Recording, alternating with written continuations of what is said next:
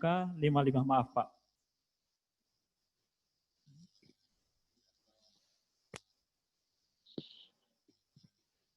Jika ada teman-teman atau peserta yang ingin bertanya secara langsung, silakan hands up.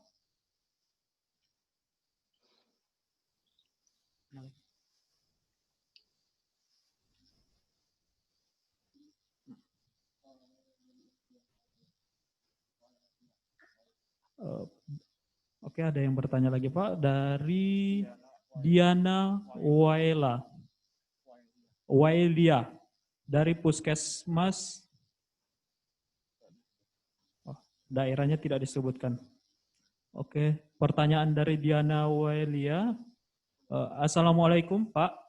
Ini Diana Wailia, rekam medis di Puskesmas. Bagaimanakah langkah dari pemerintah untuk lebih memperhatikan profesi rekam medis? Karena banyak dan saya mengalami pekerjaan rekam medis malah dikerjakan orang lain seperti SP3. Iya, sama sebenarnya ya. Jadi ini yang mungkin harus kita lakukan pendekatan ya. Mungkin dengan mengeluarkan tadi saya sebutkan ini adalah mungkin PMK KMK ini ya. Kita kasih kepemimpinan rumah sakit ya.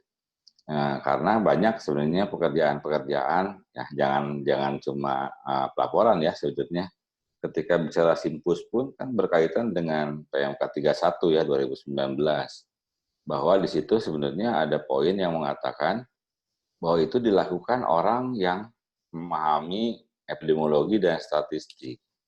Nah, jadi kadang-kadang kan si puskesmasnya, misalnya mohon maaf saya sebut puskesmasnya, lebih mendorong orang yang punya keilmuan epidemiologi, padahal sebenarnya kita pun punya untuk epidemiologi kesehatan tadi ya, kita statistik dasarnya juga kita punya. Cuma tadi jangan hanya kita menuntut, tapi kita harus melakukan ya actionnya dalam hal ya tadi selain memberikan KMK ini, ya kita memberikan apa? Memberikan prestasi di situ.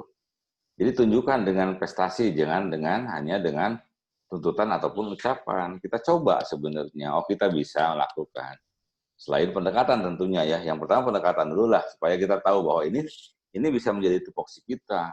Apalagi SP3 ya, namanya pelaporan itu adalah harusnya adanya di ranah kita. Nah, kadang-kadang di Simpus aja, simulasi puskesmas, sebenarnya ada di PMK 31 itu harus benar-benar bisa kita ini. Jadi ya kadang-kadang kita pun dituntut untuk lebih belajar tentang regulasi. Ya karena kalau misalnya dituntut, Pak ini harusnya oleh PMK. Saya sebutkan di awal di setiap materi saat ini, pemerintah itu, Kementerian Kesehatan, tidak bisa menyebutkan ini harus sama epidemiolog, ini harus sama PMIK, tidak bisa. Tapi di situ adalah harus yang berkompeten di bidangnya. Seperti yang secara akreditasi MIRM 8 itu kan sebenarnya di situ kan tidak menyebutkan oleh PMIK, tapi kompeten, orang yang berkompeten dalam keilmuan rekam medis dan informasi kesehatan. Walaupun sudah jelas, Pak, tapi ini harus diterjemahkan, enggak bisa. Pemerintah itu tidak ke sana ya. Tidak harus menunjuk si X, Y, tapi benar-benar orang yang berkompeten. Ya, jadi selama saya berkolaborasi dengan Kementerian Kesehatan, ini tidak digambarkan. Tidak bisa digambarkan langsung, oh ini rekam medis dan informasi kesehatan, ini epidemiolog, ini perawat, ya nggak bisa. Tapi orang yang berkompeten di bidang perawatan, seperti itulah. Jadi itu intinya ya. Jadi jangan sampai teman-teman menuntut seolah-olah kita tidak mengupayakan. Oh ini harusnya Pak ada standarnya bahwa di puskesmas itu harusnya, tidak bisa. Kita mau masuk ke revisi PMK 75 pun tentang standar puskesmas, kita akan dituntut balik ya. Apa-apa tadi sanggup menyediakan di Papua di ujung sana, di Aceh di ujung sana, setiap rekam medis ada di puskesmas gitu kan.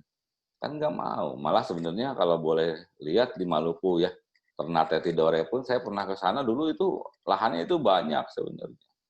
Tapi apa mau kita di sana, kan nggak mau gitu kan. Makanya saya bertolak dari sana karena saya mengalami langsung ketika saya diminta ke Ternate Tidore, saya tidak mau semena-mena dalam hal menjamin teman-teman mau ditempatkan di mana saja gitu. Karena ketika sudah masuk ke dalam PMK, nantinya dikhawatirkan akan menjadi tuntutan bahwa di setiap puskesmas itu di sini harus ada penenaga penangkap medis gitu. Itu barangkali Bang.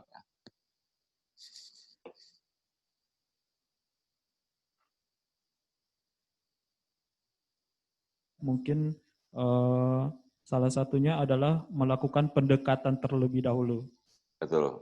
dan membuktikan kalau kita mampu sebagai gitu. PMIK mampu untuk melakukan kegiatan itu. Betul. Mungkin seperti itu. Ya. Untuk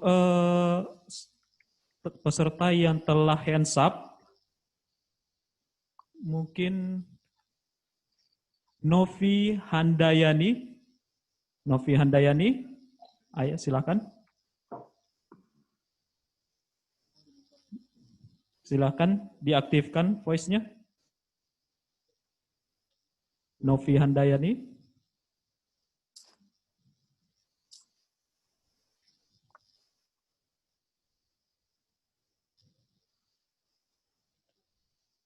Oke, lanjut. Andri Saputra.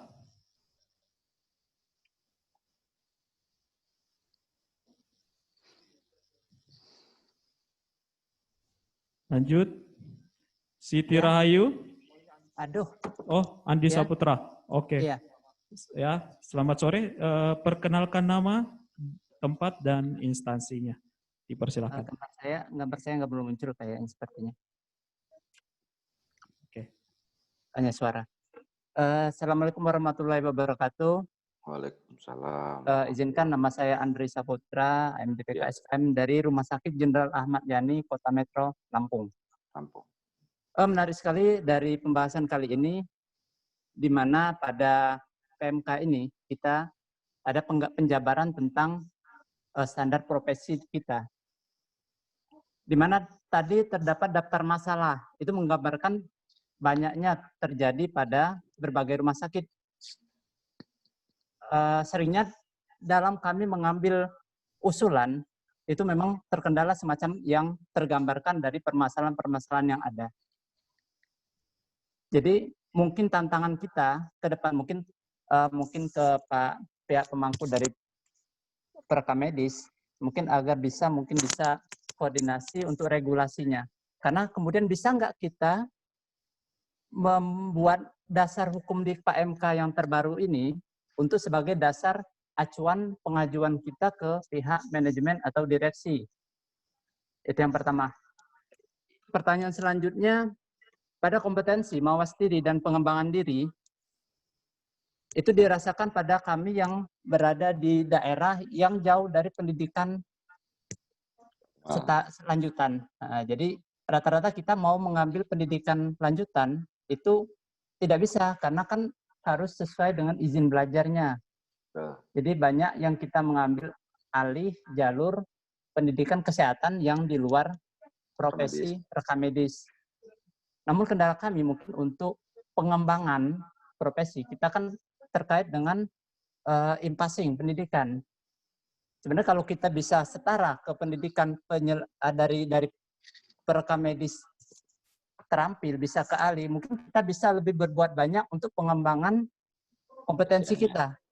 Jadi kita selama ini jadi terpaksa berbuat sesuai dengan yang pelaksanaan yang terampil. Mestinya sebenarnya kalau kita diakuin, kita bisa berjenjang ke lebih tinggi. Mungkin arahan seperti apa yang bisa kami lakukan. Mungkin itu saja. Terima kasih Pak Tadi dan panitia dari Sulawesi Utara. Assalamualaikum warahmatullahi wabarakatuh. Selamat siang. Waalaikumsalam warahmatullahi wabarakatuh. Selamat siang, Kang Andri. Silakan. Ya, pertanyaan pertamanya itu Pak, bisa nggak buat dasar hukum ke manajemen dan direksi? Nggak ada video, nggak muncul video. Silakan Pak dijawab bagian pertama. Iya, terima kasih Bang Moderator ya, Bang Dwi. Yang pertama sebenarnya sudah saya sampaikan tadi bahwa ini adalah keputusan Menkes ya. Masa tidak bisa disampaikan kepada manajemen gitu kan. sebenarnya. Jadi jelas ini menjadikan sebuah dasar bahwa kita bisa sebenarnya tadi melakukan pendekatan. Ini kita punya KMK yang baru, ini di dalamnya ada beberapa metode yang mungkin bisa menjadi sebuah acuan pimpinan dalam menentukan ranah kompetensinya. Itu barangkali. Jadi yang pertama jawabannya bisa, silahkan.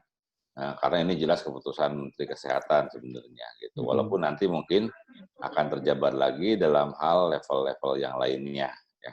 Kemudian yang kedua ya masalahnya sampai saat ini ya, tidak di semua provinsi itu ada lanjutannya, ada D3, ada D4-nya ya. Ada D4 yang benar-benar menjadi acuan. Apa menjadi acuan itu? PMK 55 itu menggambarkan bahwa kita itu harus bersekolah sesuai dengan perundang-undangan. Satu, mungkin jangan sampai kita sekolah D4 yang mungkin awal akhirnya nanti seperti saat inilah. Jujur saat ini banyak D4 yang tidak bisa mempunyai STR. Banyak D4 yang tidak memiliki izin misalnya, jadi tidak masuk ke Korlap Dikti, sementara STR itu adalah hasil dari data dari PD Dikti ya, berdasarkan Korlap dari kampus ke Diktinya gitu kan, seperti itu. Jadi kalau memungkinkan tugas belajar mungkin bisa keluar Lampung lah saya sebut ya, saya keluar Lampung karena yang masih teridentifikasi aman saat ini masih di Jember ya sebenarnya, itu jelas aman ya. Yang lainnya saya belum bisa merekomendasikan karena ya tadi ya kita harus lihat dulu sebenarnya D4 yang aman. Untuk apa amannya? Untuk tadi alih jenjang ya, alih jenjangnya untuk apa lagi? Untuk penyesuaian dari ijazahnya dan lain sebagainya. Makanya kadang-kadang teman-teman kami yang dari NTT sekalipun ke Jember atas rekomendasi kami supaya apa? Supaya kami merekomendasikan yang benar-benar bisa nantinya diambil oleh orang itu menjadi alih jenjangnya, terakreditasi dengan baiknya, sesuai dengan izinnya. Karena ketika kita merekomendasikan ke yang lain, nanti takut-takut nggak bisa disesuaikan, nggak bisa naik alih-alih dari tampil ke ahli. Kalau kita ke SKM misalnya sekalian, kata Kang Andri tadi, Pak, kalau kita mau ke SKM misalnya, ya tadi, ya emang di PMK 30-nya itu ada muncul, tapi ketika aturan in passing saat ini itu tidak ada. Gitu.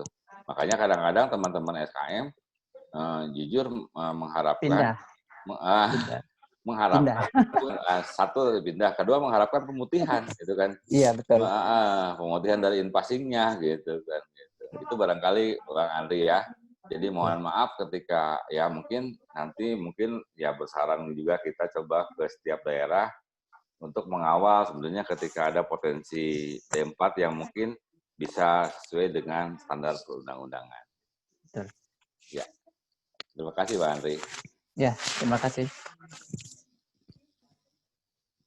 Oke, terima kasih untuk Bang Andri yang dari Lampung untuk pertanyaannya. Mungkin di setiap pertanyaan selalu ada kalimat pendekatan dan komunikasi untuk menyampaikan kepada pimpinan yang lebih baik. Betul. Dan jawaban yang kedua mungkin untuk mencari lanjutan atau studi yang jelas ahli jenjangnya. Betul. Oke, lanjut untuk Siti Rahayu, silakan aktifkan voice-nya.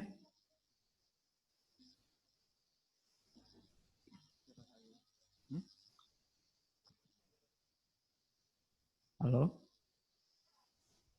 Untuk Siti Rahayu, dipersilahkan.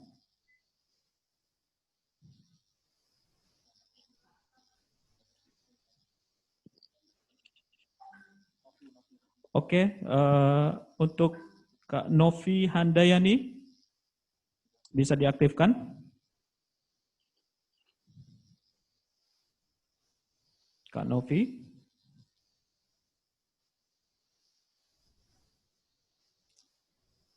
Oke, karena yang melalui voice mungkin agak malu-malu, jadi lanjut ke pertanyaan melalui Q&A. Dari Desi Lucia Sukoharjo. Pertanyaannya Pak, bila sudah kredensial, apakah perlu kredensial ulang setelah 3 tahun? Apa ada dasar hukumnya? Dipersilahkan Pak. Ya, terima kasih. Lagi-lagi sebenarnya ini adalah merupakan sebuah acuan dari sebuah akreditasi bahwa kita itu sebagai tenaga kesehatan harus terkredensial, ya. Harus terkredensial sesuai. Ya. Nah, pengertian kredensial itu bukan profesi, tapi lebih ke arah sesuai dengan jabatan yang diampu. Nah, jabatan yang diampu saat ini, misalnya ketika Bang Franklin, misalnya di pendaftaran, berarti yang dikredensial adalah proses dari pendaftarannya. Misalnya tata cara menerima pasien, terus kemudian bagai alat-alat peraga apa saja. Jadi masing-masing dengan sesuai dengan tupoksinya, bukan hari sebuah keseluruhan dari kompetensi PMIK-nya. Pertanyaannya, Pak, harus dikredensial setiap saat? Iya, pasti. Ya, kredensial itu harus setiap saat, apalagi kalau misalnya kredensial itu bisa dijadikan sebuah metode buat teman-teman supervisor ya, atau bukan surveyor, supervisor atau teman-teman dari kepala-kepalanya untuk melihat sebenarnya sampai sejauh mana proses mutasi bisa dilakukan. Gitu. Jadi untuk mendukung proses mutasi juga kredensial itu. Karena kan itu pengujian sebenarnya. Jadi kredensial ini lebih tepat gini sebenarnya. Bahwa saya misalnya sebagai rekam medis, saya bisa melakukan pelakuan penerimaan pasien. Terus kemudian saya bisa melakukan assembling.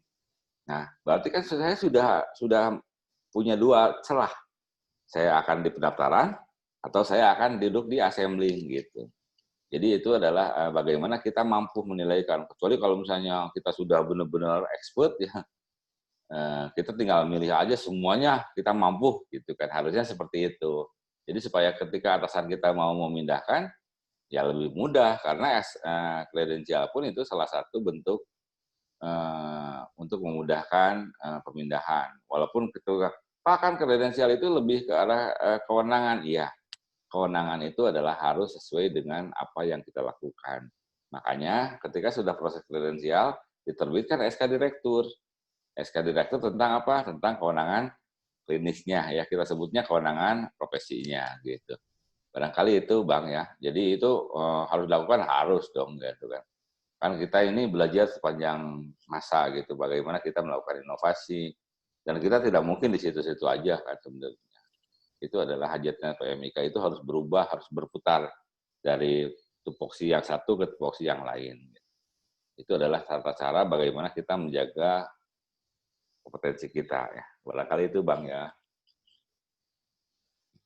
Oke, untuk Kak Desi Lucia Sukoharjo, untuk pertanyaannya kredensial itu diulang setelah 3 tahun, jawabannya iya, harus dilakukan kredensial kembali, itu wajib. Kalau saya boleh bertanya Pak, tentang Ya, yang silakan, tadi Bang. katanya kredensial itu untuk masing-masing poksi, apa yang dikerjakan. Betul. Kalau tenaga PMIK mengerjakan lebih dari 1 poksi atau keseluruhan poksi itu bagaimana Kak? Ya, sebenarnya tadi saya bilang tadi bahwa saya misalnya mengkredensial pendaftaran dan assembling. Berarti saya sudah 2 kredensial kan. Bisa aja sebenarnya. Tapi kan kita sesuai dengan SK yang ditetapkan oleh pimpinan kita bahwa kita kerjanya di sektor mana gitu. Tapi kita bisa tiba-tiba tinggal dipindahkan. Malah kadang-kadang kalau teman-teman mau saya sebut naik grade ya. Kalau di sini saya staff saya seperti itu ya. Jadi kita coba naik grade itu dilihatnya dari segi kredensialingnya juga salah satunya. Gitu. Jadi kita tidak harus ketika dia mau naik level dari level 1 ke level 2, kita tidak harus uji lagi. Kita kan sudah pernah mengujinya. Gitu. Melalui kredensial yang dilakukan oleh tim nakesnya rumah sakit. Gitu. Oh, oke. Terima kasih Pak atas tambahan jawabannya. Bang. Ya. Selanjutnya ada pertanyaan dari Juhaina Siregar. mau bertanya, Pak, apakah untuk perpanjangan STR itu wajib diikuti dengan adanya pelatihan? Apakah pelatihan itu bisa digantikan dengan sertifikat workshop ya Pak? Dari Aina dari Rumah Sakit Umum Medan. Ya, terima kasih. Sebenarnya sudah sejak lama bahwa namanya perpanjangan STR atau 25 SKP itu harus minimal memiliki 3 komponen kegiatan ya. Komponen kegiatan yang pertama misalnya adalah kegiatan pelayanan di rumah sakit, pelatihan atau workshop, kemudian seminar, atau kemudian ada pengembangan diri ya. Dari situ ada pengembangan keprofesian, atau kemudian di situ ada lebih ke arah karya tulis ilmiah dan lain sebagainya. Jadi sebenarnya aturan yang bakunya adalah minimal 3 kegiatan tersebut. Mau kita manajemen pelayanan rumah sakit ya misalnya, kan pelayanan rumah sakit itu dinilai 1 tahun 2 SKP, ya 1 tahun 2 SKP, terus dipilih lagi misalnya workshop atau pelatihan. Nah, kemudian di situ ada yang ketiganya adalah pengabdian masyarakat, ya, atau pengabdian profesi. Nah, ini adalah 3 ini sudah tetap. Jadi ketika pertanyaannya, Pak harus dengan pelatihan, mudah-mudahan bisa, ya, mudah-mudahan bisa. Tapi ketika bicara harus, saya tidak bisa bicara harus, ya. Tapi saat ini emang sudah disyaratkan, tapi itu pencapaian kami itu susah, gitu kan. Malah kami tidak akan tercapai teman-teman ketika pelatihan. 1 mungkin biayanya mahal, kedua tidak dikirim oleh rumah sakit, banyak masalahnya. Walaupun sebenarnya ya ketika dengan pelatihan saat ini di rumah sakit atau di sarana pelayanan kesehatan milik pemerintah ya, mau naik jabatan itu harus mau naik grade itu, mau menyesuaikan jasa itu harus salah satunya adalah pelatihan gitu. Jadi jangan sampai kita kalau tidak dikirim oleh rumah sakit, terus kita tidak melakukan. Minimal dalam 5 tahun itu 1 kali aja pelatihan gitu, atau 2 kali pelatihan misalnya. Pak kan mahal 4 juta, 5 juta, iya. Mahal mana dengan apa yang sudah dikasih pemerintah kepada teman-teman sebagai tunjangan fungsionalnya. Mahal mana dengan gaji yang sudah dikeluarkan kalau kita mau hitung-hitungan gitu. Tapi kadang-kadang tadi saya bilang tadi bahwa kita itu harus benar-benar mengembangkan keprofesian kita seperti apa. Jadi kalau Bang Dwi tadi bilang, Pak bisa nggak nih? Bisa sebenarnya silakan gitu karena kita mau mengkrit keharusan dari pelatihan pun tidak bisa. Mungkin bisa diganti workshop ya, tapi nanti akan terbentur lagi saya sebutkan tadi ya. Terbentur lagi dengan keilmuannya ya. Jadi kadang-kadang saya berharap mudah-mudahan teman-teman di sini yang menjadi kepala instalasi rekam medis bisa mengatur stafnya untuk melakukan pelatihan, misalnya tahun ini Bang Franklin, tahun depan Bang Dewi, misalnya terus tahun depannya lagi tadi Ibu yang jadi pembawa acara gitu. Nah seperti itu sebenarnya misalnya ini dimisalkan. Jadi saya tidak punya objek lain nih, gitu kan, selain Bapak Ibu yang ada di depan saya gitu. Supaya apa? Supaya tadi 1 pemeliharaan potensi, keduanya adalah bisa sebenarnya bergiliran. Jangan sampai metodenya tahun ini pelatihan Franklin, tahun depan Franklin, terus aja Franklin karena mungkin yang ditunjuk mampu. Nah, itu adalah salah satu bentuk dari bagaimana kita sebagai seorang pemimpin, bagaimana kita sebagai seorang kepala instalasi mampu mengatur seperti itu. Saya yakin di grup ini yang dari 566 ini banyak yang sebagai kepala instalasi yang harus bisa mengatur teman-temannya untuk bergiliran lah untuk mengikuti pendidikan dan pelatihan. Karena kita harus punya programnya.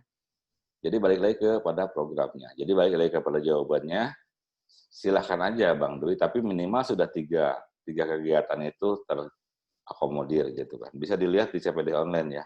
Malah sekarang sudah mau masuk ke SKP online ya. Malah saat ini kita lagi merancang SKP online berbasis virtual account. Jadi banyak sebenarnya teknologi yang mungkin akan kita kembangkan ya menjadi keanggotaan online barangkali seperti itu. Oke, terima kasih Pak atas jawabannya. Untuk Saudara Juhaina dari Medan, semoga dapat mendengar jawaban dari Pak Teddy dan memahami. Mungkin ini kegunaan untuk pelatihan, workshop dan seminar dan karya tulis juga ini mungkin untuk mendukung KMK 231 yaitu menambah keilmuan mungkin. Ya, untuk peserta kami memberikan satu pertanyaan lagi untuk voice Sulaiman Harhab. Silakan diaktifkan voice-nya. Sulaiman Harhab. Halo. Sulaiman Harhab. Nanti.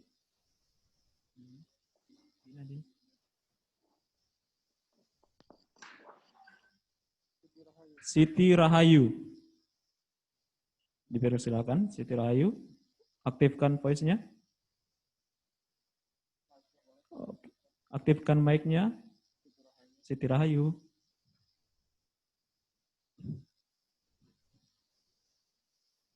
Siti Rahayu, selamat sore.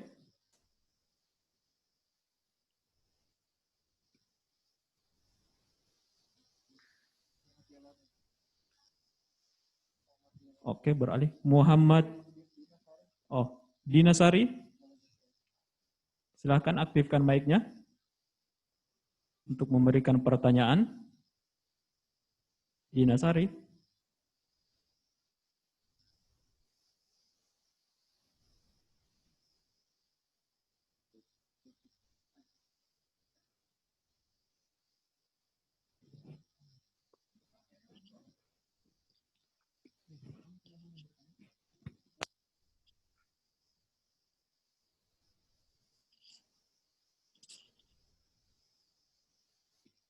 Oke, untuk Kak Dinasari, ayo silakan bertanya.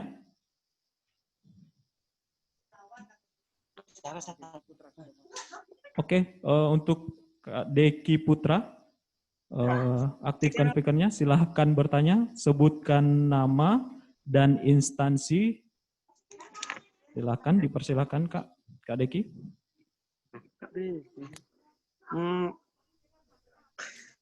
Perkenalkan, nama saya Deki Putra dari Rumah Sakit Awal Bros Pekanbaru. Ya, silakan. Yang Pak Teddy, pertanyaan Pak Teddy, di rumah sakit kami kan baru menjalankan rekam medis elektronik. Undang-undang keabsahan tentang rekam medis elektronik ini ada nggak Pak? Masih di Gondok. Ya, di materi sudah dipaparkan sebenarnya bahwa kita baru sampai Biro Hukor ya. Mudah-mudahan tahun ini sudah selesai. Tapi itu merupakan sebuah dasar hukum saja, tidak ke petunjuk pelaksanaan. Jadi mungkin juknisnya kita akan lanjutkan kemudian. Tapi minimal kita sudah punya payung hukum dulu gitu kan, yang mungkin bisa diterbitkan menjadi sebuah dasar bahwa kita legal dalam hal melakukan rekam medis elektronik. Walaupun saat ini pun sudah terlegalisasi sebenarnya ya, dengan Undang-Undang ITE, dengan PMK yang berbasis IT tentang tadi elektronik lah gitu Pak, keterbukaan publik dan lain sebagainya. Cuman alangkah lebih afdolnya, lebih bijaknya apabila kita punya PMK sendiri. Nah, insya Allah sebenarnya tahun ini mudah-mudahan sudah bisa rilis walaupun hanya sebagai payung hukumnya, belum ke juknisnya. Barangkali itu Kang Deki. Oke, untuk Kak Deki bagaimana? Apakah telah mendengar jawaban dari Pak Teddy? Halo? Ya, halo. Nggak keluar, sorry. Halo? Iya, halo. Ya, kedengaran. Boleh tambah satu lagi pertanyaannya? Boleh. Ya, Pak Teddy mempersilahkan. Halo Pak, kalau untuk rekam medis elektronik, apakah juga ada waktu pemusnahannya Pak? Seperti rekam medis manual? Ya, mungkin sudah dijawab pada sesi pertama ya. Itu sebenarnya sama, sebenarnya ada sesi pemusnahannya sebenarnya. Jadi mau dia manual, mau elektronik itu, sementara ini di PMK-nya berlaku sama. Cuman ada dari perbedaan dari Kominfo itu, yang elektronik itu bisa nyampe 15 sampai 25 tahun. Tapi di undang-undang ya di ANRI tadi ya, Arsip Nasional Indonesia, itu sama persamaannya gitu. Jadi makanya jawabannya masih ada berbagai ya, karena masing-masing kementerian sudah ada ininya. Tapi intinya pertanyaannya dimusnahkan gitu. Jadi pasti dimusnahkan gitu ya. Jadi jangan sampai namanya juga rekam medis tetap harus ada nilai guna dan tidak nilai gunanya. Walaupun di elektronik mungkin yang tidaknya itu adalah memundurkan jangka waktu gitu. Tapi kalau dimusnahkan pasti dimusnahkan. Buat apa tidak berguna kalau disimpan juga kalau tidak berguna. Begitulah cerita dari rekam medis itu. Gitu. Jawabannya itu barangkali Bang Deki ya. Oke, untuk Kak Deki, bagaimana? Oke, terima kasih. Sama-sama Bang. Sama-sama. Jadi mungkin untuk peserta yang lain, rekam medis elektronik itu tetap bisa dimusnahkan, tapi dalam jangka waktunya yang dimundurkan. Iya. Pak, ada satu pertanyaan. Ini dari salah satu panitia. Ya, silakan. Untuk RME, apakah harus terkomputerisasi semua? Apa kami masih harus print untuk rekam medis manualnya juga? Contohnya inform consent, ringkasan masuk dan keluar. Terima kasih Pak. Ya, terima kasih. Definisi dari rekam medis elektronik saat ini adalah mengkomputerisasi dari semua rekam medis. Akan tetapi ada semua yang berkaitan dengan aktivitas hukum ya. Seperti yang tadi disebutkan adalah persetujuan, tindakan, ya. Kemudian ada yang ada resume ada yang bertanda tangan gitu. Jadi maka dari itu sebenarnya rekam medis itu sifatnya parsial. Jadi tidak bisa seperti kami saat ini misalnya kami baru rawat jalan sama rawat darurat gitu kan seperti itu. Jadi tidak harus full langsung. Makanya kami masih ada yang ketika di input pun masih di print gitu kan. Karena kami belum full. Tapi ketika kami full pun gitu ada beberapa yang tidak bisa kita elektronikan langsung atau tetap melakukan manualnya ya. Itu yang berisiko dengan tadi aktivitas hukumnya seperti concern atau yang ada tanda tangan dengan general concern persetujuan itu kami tidak ada untuk semua dielektronikan gitu kan seperti itu. Walaupun sekarang sudah ada signatur ya, ada tanda tangan elektronik ya. Untuk itu tidak bisa karena nggak mungkin kita mengadop semua tanda tangan pasien atau keluarga pasien ke dalam tanda tangan elektronik tersebut gitu. Jadi intinya kalau di rekam medis elektronik itu yang namanya persetujuan itu tetap harus di print ya, apalagi misalnya yang masih parsial kayak kami misalnya sebagian itu masih tetap di print gitu kan supaya kita bisa mengolahnya satu pintu. Tapi ada satu lagi kalau mau akreditasi itu CARS-nya mintanya sudah harus full dulu. Kalau belum full, CARS akan minta yang manualnya gitu. Jadi kadang-kadang kita dilema juga di situ gitu kan. Kalau kita masih ngeprint tapi ketika survei akreditasi CARS minta yang sudah full assessment di situnya gitu. Jadi itu pun harus kita siasati ya.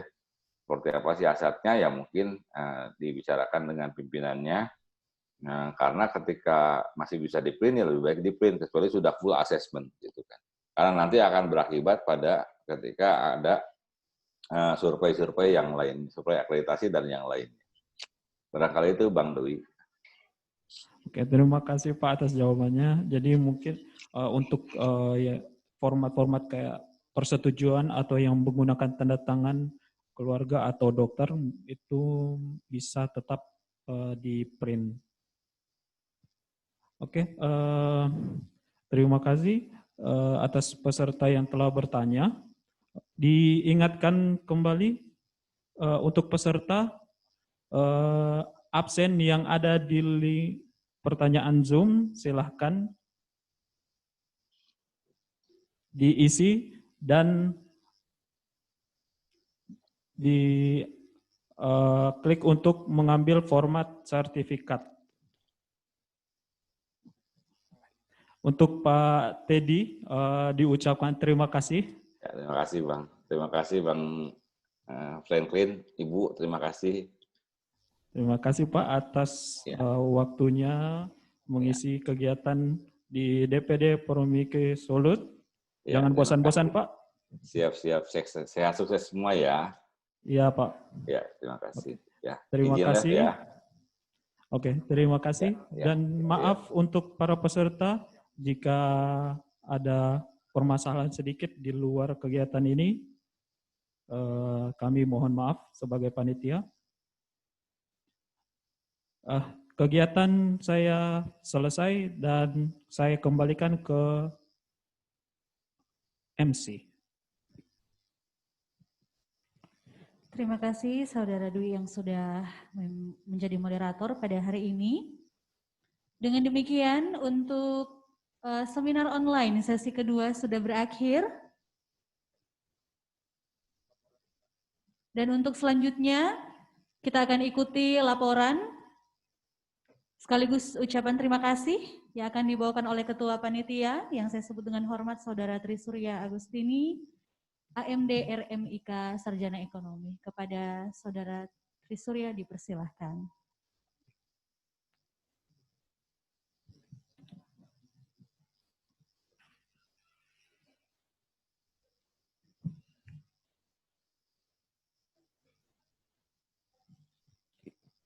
Oke, selamat siang, selamat sore. Assalamualaikum warahmatullahi wabarakatuh. Salam sejahtera untuk kita semua. Om Santi Swastiastu, salam nama budaya, salam kebajikan, shalom.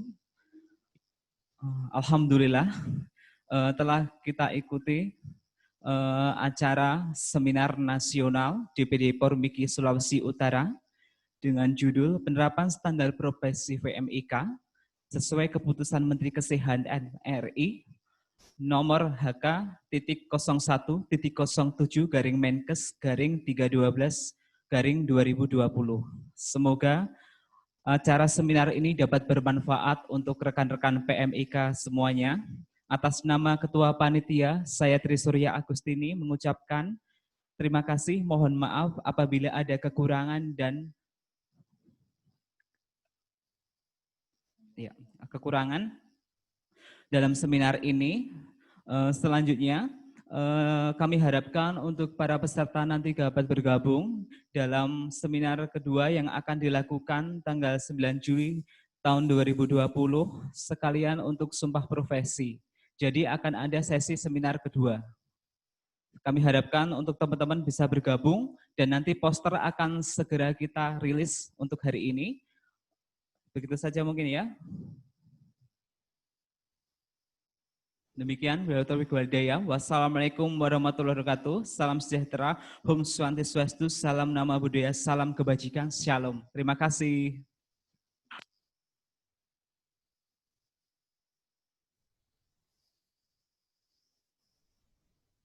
Waktu saya kembalikan ke MC. Selamat sore.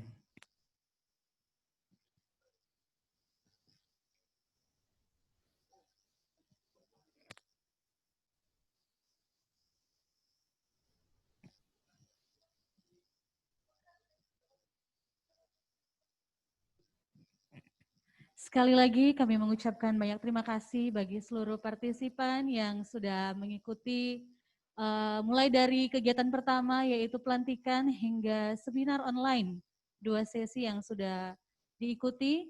Sekali lagi mohon maaf jika ada yang kurang karena kita dibatasi oleh ruang dan waktu.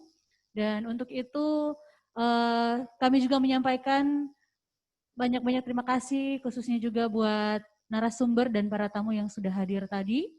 Sampai jumpa di seminar selanjutnya sesuai dengan poster yang akan dibagikan yang rencananya akan dilaksanakan tanggal 9 Juli tahun 2020. Sampai jumpa di seminar selanjutnya. Assalamualaikum, salam sejahtera.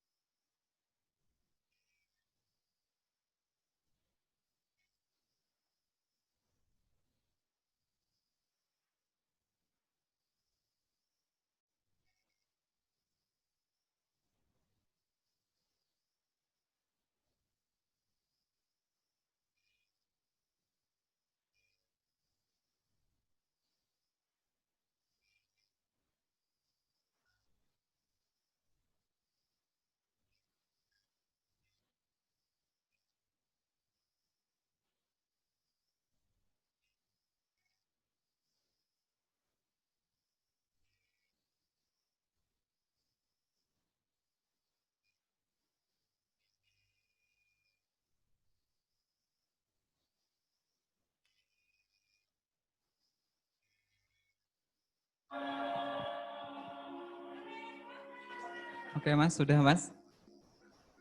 Matikan Mas.